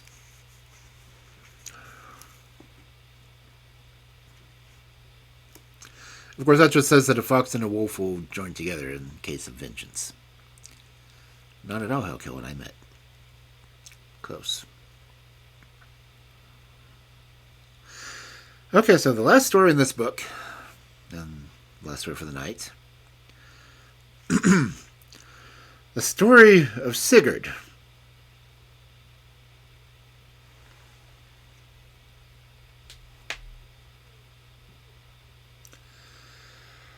Once upon a time there was a king in the north who had won many wars, but now he was old. Yet he took a new wife, and then another prince who wanted to have married her came up against him with a great army. The old king went out and fought bravely, but at last his sword broke, and he was wounded, and his men fled. But in the night, when the battle was over, his young wife came out and searched for him among the slain. And at last she found him, and asked whether he might be healed. But he said, no, his luck was gone, his sword was broken, and he must die. Then he told her that she would have a son, and that the son would be a great warrior, and would avenge him on the other king, his enemy. Then he bade her keep the broken pieces of the sword, and make a new sword for his son, and that blade should be called Graham. Then he died, and his wife called her maid to her and said, let us change his clothes, and you shall be called by my name, and I by yours, lest the enemy find us. So this was done, and they hid in the wood. But some other strangers met them and carried them off in a ship to Denmark. And when they were brought before the king, he thought the maid looked like a queen, and the queen like a maid. And so he asked the queen, how do you know in the dark of night whether the hours are wearing to the morning? And she said, I know, because when I was younger I used to rise with the light of the fires and still awaken at the same time. A strange queen to light the fires, thought the king. Then he asked the queen, who was dressed like a maid, how do you know in the dark of the night whether the hours are wearing near the dawn? My father gave me a gold ring, she said. and always ere the dawning it grows cold on my finger. A rich house where the maids wore gold, said the king. Truly you are no maid, but a king's daughter. So he treated her royally, and as time went on she had a son called Sigurd, a beautiful boy and very strong. He had a tutor to be with him, and once the tutor bade him to go to the king and ask for a horse. Choose the horse for yourself, said the king, and Sigurd went to the wood, where he met an old man with a white beard, and said, Come, help me in the horse choosing. And the old man said, Drive all the horses into the river, and choose the one that swims across. So Sigurd drove them, and only one swam across. Sigurd chose him. His name was Grani, and he came Sleipnir's breed, and was the best horse in the world. For Sleipnir was the horse of Odin, the god of the north, and was as swift as the wind. But a day or two later his tutor said to Sigurd, There is a great treasure of gold hidden not far from here, and it would become you to win it. But Sigurd answered, I have heard stories of that treasure, and I know that the dragon Fafnir guards it, and he is so huge and wicked that no man dares to go near him. He is no bigger than other dragons, said the tutor, and if you were as brave as your father, you would not fear him. I'm no coward, said Sigurd. Why do you want me to fight with this dragon? Then his tutor, whose name was Ragan, told him that all his great hoard of red gold had once belonged to his own father. And his father had 3 sons. The first was Fafnir, the dragon. The next was Otter, who could put on the shape of an otter if it liked. And the next was himself, Ragan, and he was a great smith and maker of swords. Now there was at that time a dwarf called Andvari, who lived in a pool beneath a waterfall, and there he had hidden a great hoard of gold. And one day Otter had been there fishing, and had killed a salmon and eaten it, and was sleeping, like an otter, on a stone. Then someone came by and threw a stone at the otter and killed it, and flayed off its skin, and took it to the house of Otter's father. Then he knew his son was dead, and to punish the person who had killed him, he said he must have the otter's skin filled with gold, and covered all over with red gold, or it should go the worse for him. Then the person who had killed Otter went down and caught the dwarf who owned all the treasure and took it from him. Only one ring was left, which the dwarf wore, and even that was taken from him. Then the poor dwarf was very angry, and prayed that the gold might never bring any but bad luck to all men who might own it forever. Then the otter skin was filled with gold and covered with gold, all but one hair, and that was covered with the poor dwarf's last ring. But it brought good luck to nobody. First Fafnir the dragon killed his own father, and then he went and wallowed in the gold, and would let his brother have none, and no man dared go near it. When Sigurd had heard the story, he said to Regan, Make me a good sword that I may kill this dragon. So Regan made a sword, and Sigurd tried it with a blow on a lump of iron, and the sword broke. Another sword was made, and Sigurd broke that too. Then Sigurd went to his mother and asked for the broken pieces of his father's blade, and gave them to Regan. And he hammered and wrought them into a new sword, so sharp that fire seemed to burn along its edges. Sigurd tried this blade on the lump of iron, and it did not break, but split the iron in 2. Then he threw a lock of wool into the river, and when it floated down against the sword, it was cut into 2 pieces. So Sigurd said that sword would do. But before he went against the dragon, he led an army to fight the men who had killed his father, and then slew their king, and took all his wealth, and went home. When he had been home a few days, he rode out with Regan one morning to the heath where the dragon used to lie. Then he saw the track of the dragon made when he left went to the cliff to drink, and the track was as a great river had rolled along and left a deep valley. Then Sigurd went down to that deep place, and dug many pits in it, and in one of the pits he lay hidden with his sword drawn. There he waited, and presented the earth to shake with the weight of the dragon as it crawled to the water. A cloud of venom flew before him as he snorted and roared, so that it would have been death to stand before him. But Sigurd waited till half of him had crawled over the pit, and then he thrust the sword Gram right into his very heart. Then the dragon lashed with his tail till stones broke and trees crashed about him. Then he spoke as he died and said, "Whoever has slain me, this gold shall be thy ruin, and the ruin of all who own it." Sigurd said, "I would touch none of it if by losing it I should never die. But all men die, and no brave man let death frighten him from his desire. Die thou, Fafnir!" And then Fafnir died. And after that, Sigurd was called Fafnir's Bane and Dragon Slayer.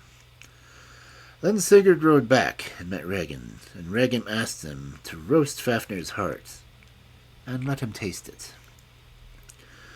So Sigurd put the heart of Fafnir on a stake and roasted it. But it chanced that he touched it with his finger, and it burned him. Then he put his finger in his mouth, and so tasted the heart of Fafnir. Then immediately he understood the language of birds, and he heard the woodpecker say, "There's Sigurd roasting Fafnir's heart for another, when he should taste it of him for himself, and learn all wisdom." The next bird said, "There lies Regin, ready to betray Sigurd, who trusts him." And the third bird said, "Let him cut off Regin's head, and keep all the gold to himself." The fourth bird said, "Let him do it, and then ride over Hindfell, to the place where Brunhild sleeps." When Sigurd heard all this, and how Regin was plotting to betray him, he cut off Regin's head with one blow of the sword Gran. Then all the birds broke out singing, "We know a fair maiden sleeping. Sigurd, be not afraid. Sigurd, win the maid, fortune is keeping. High over Hindfeld, red fires flaming, there doth a maiden dwell, that she should love thee well, meet thee for the taming. There must she sleep till thou comest her waking. Rise up and ride, for now she will swear the vow, fearless of breaking."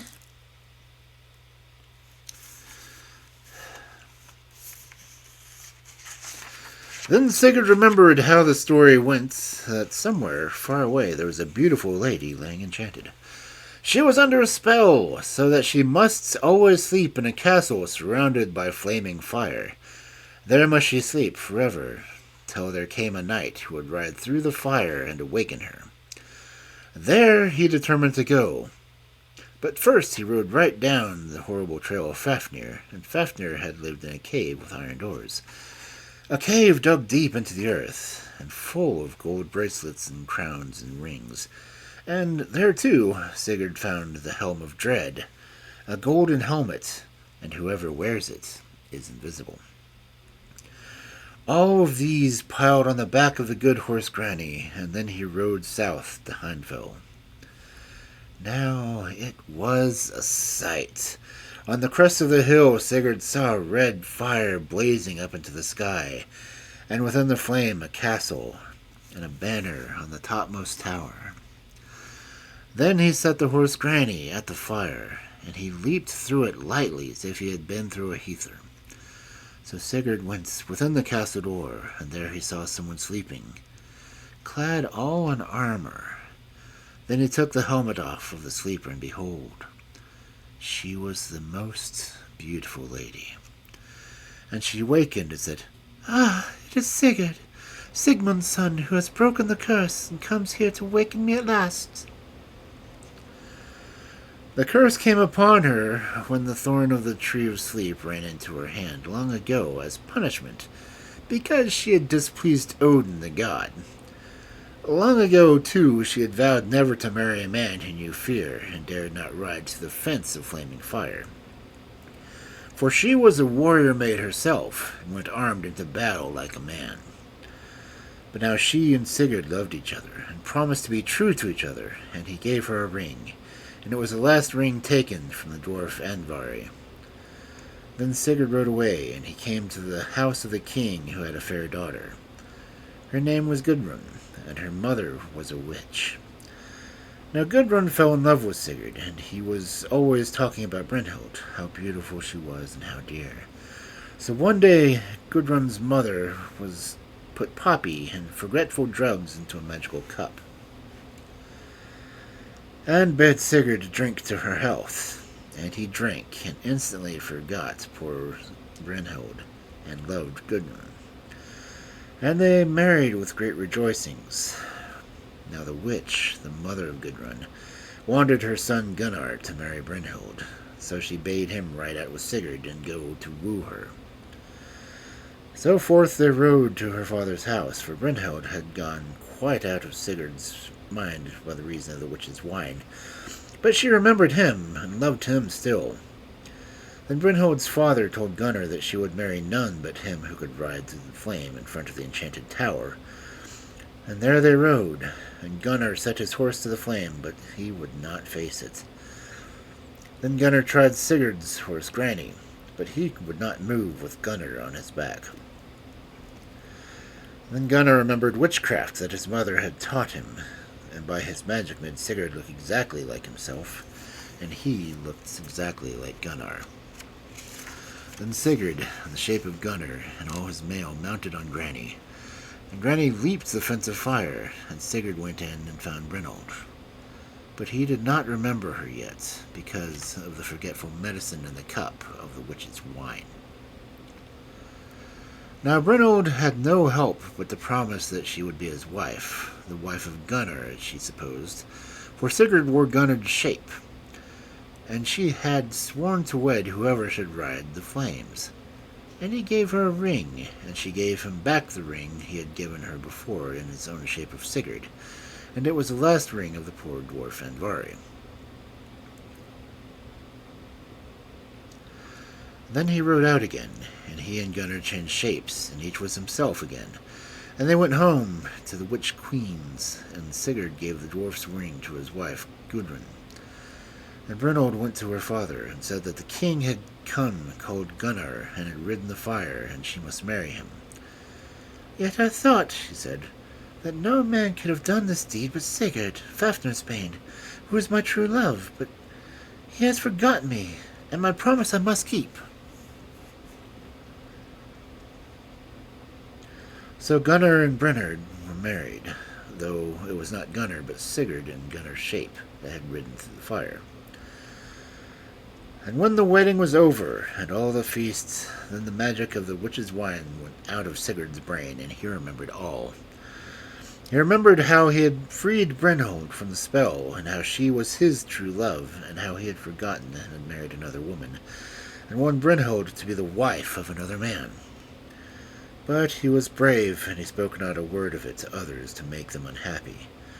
Still he could not keep the curse which had come on every one who had owned the treasure of the dwarf Andvari, and his fatal golden ring. And the curse soon came upon them all. For one day, when Brynhild and Gudrun were bathing, Brynhild waded farther out into the river, and said that she did not show that she was Gunrild's superior. Her husband, she said, had ridden through the flame with no other man had dared face it. Then Gudrun was very angry, and said that it was Sigurd, not Gunnar, who had ridden the flame, and had received from Brynhild the fatal ring, the ring of the dwarf Andvari. Then Brynhild saw the ring which Sigurd had given Gudrun, and she knew it all, and she turned as pale as a dead woman and went home. All that evening she never spoke. Next day she told Gunnar, her husband, that he was a coward and a liar, for he had never ridden the flame, but had sent Sigurd to do it for him, and pretended that he had done it himself. And she said he would never see her glad in his hall, never drinking wine, never playing chess, never embroidering with the golden thread, never speaking words of kindness. Then she rent all her needlework asunder and wept aloud, so that everyone in the house heard her, for her heart was broken, and her pride was broken in the same hour. She had lost her true love Sigurd, the slayer of Fafnir, and she was married to a man who was a liar. Then Sigurd came and tried to comfort her, but she would not listen, and said she wished the sword stood fast in her heart. Not long to wait, said he, till the bitter sword stands fast in my heart, and thou will not live long when I am dead. But, dear Brynhild, live and be comforted, and love Gunnar thy husband, and I will give thee all the gold and treasure of the dragon Fafnir.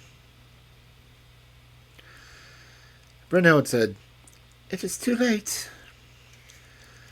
Then Sigurd was so grieved, and his heart so swelled in his breast, that it burst the steel rings of his shirt of mail. Sigurd went out, and Brynhild determined to slay him. She mixed serpent's venom and wolf's flesh, and gave them in one dish to her husband's younger brother. And when he had tasted them, he went mad, and went to Sigurd's chamber while he slept, and pinned him to the bed with a sword. But Sigurd woke, and caught the sword Gram into his hand, and threw it at the man as he fled, and the sword cut him in twain. Thus died Sigurd, Fafnir's bane, whom no 10 men could have slain in a fair fight. Then Gudrun wakened, and saw him dead, and she moaned aloud. And Brynhild heard her and laughed. But the kind horse Granny lay down and died of grief. And then Brynhild fell weeping till her heart broke. And so they attired Sigurd in all his golden armor, and built a great pile of wood on board his ship, and at night laid it on the dead Sigurd and the dead Brynhild and the good horse Granny, and set fire to it, and launched the ship. And the wind bore it blazing out to sea, flaming into the dark. So there were Sigurd and Brynhild burned together, and the curse of the dwarf and Varney was fulfilled.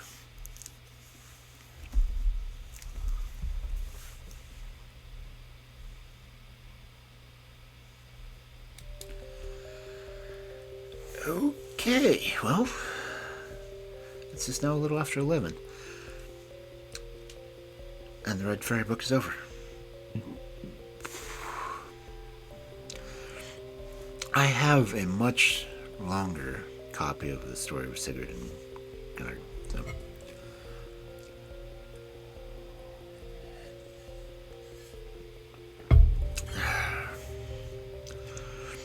But thank you everyone for coming in and lurking and listening and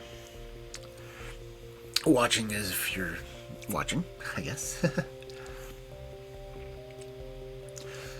Sorry I was stumbling through that last one a bit much, but it was starting to ramble. It wasn't just me, because shortened translation of books do tend to make me stumble a lot. I'm sorry.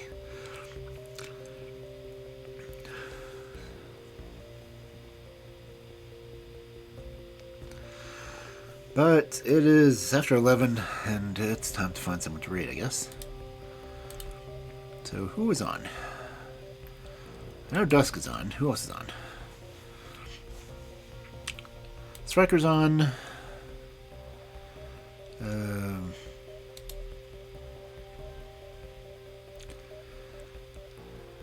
Falcor's on.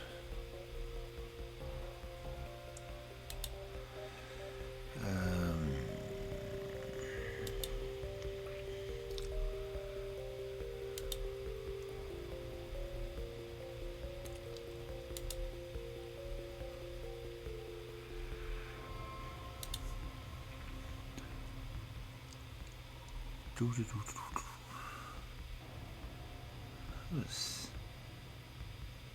that is.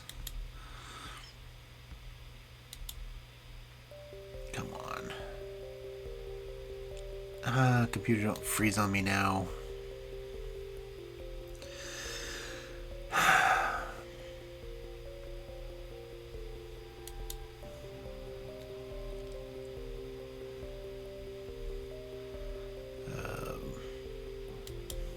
Windbear's on.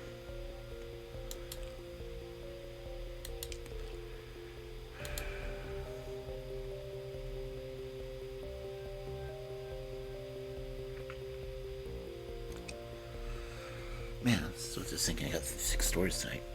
Ugh.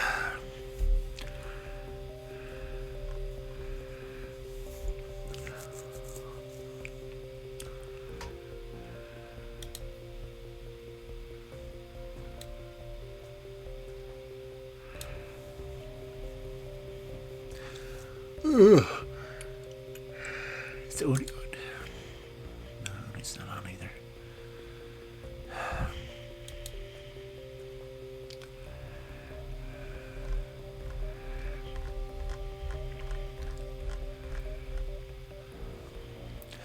I'm always a little leery about rating, like, partner streamers. Oh, wait. Legacy on?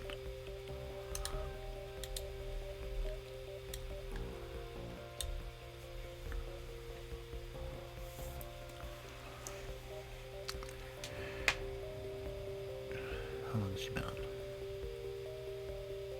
Oh, she's doing Norse mythology. That is appropriate.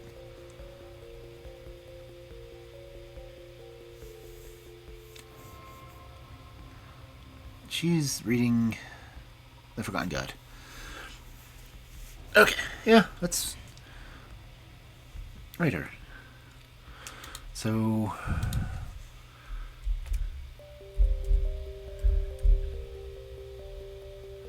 raid 4,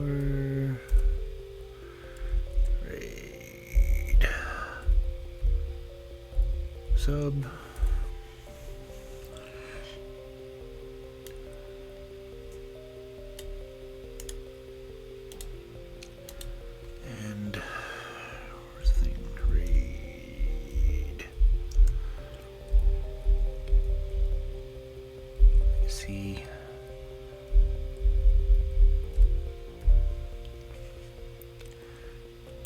My friend didn't pick up the vibrations for typing on my freaking keyboard.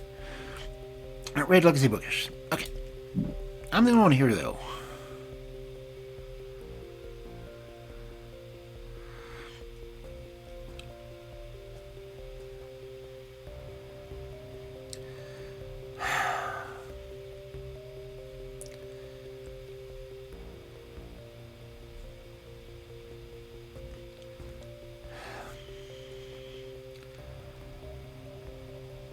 I just hate doing single person raids. It's like a waste of...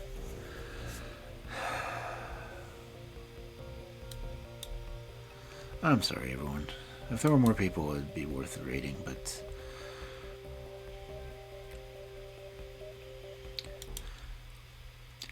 Have a good night, everyone, and hopefully I will see you Monday for my birthday. Have a good night.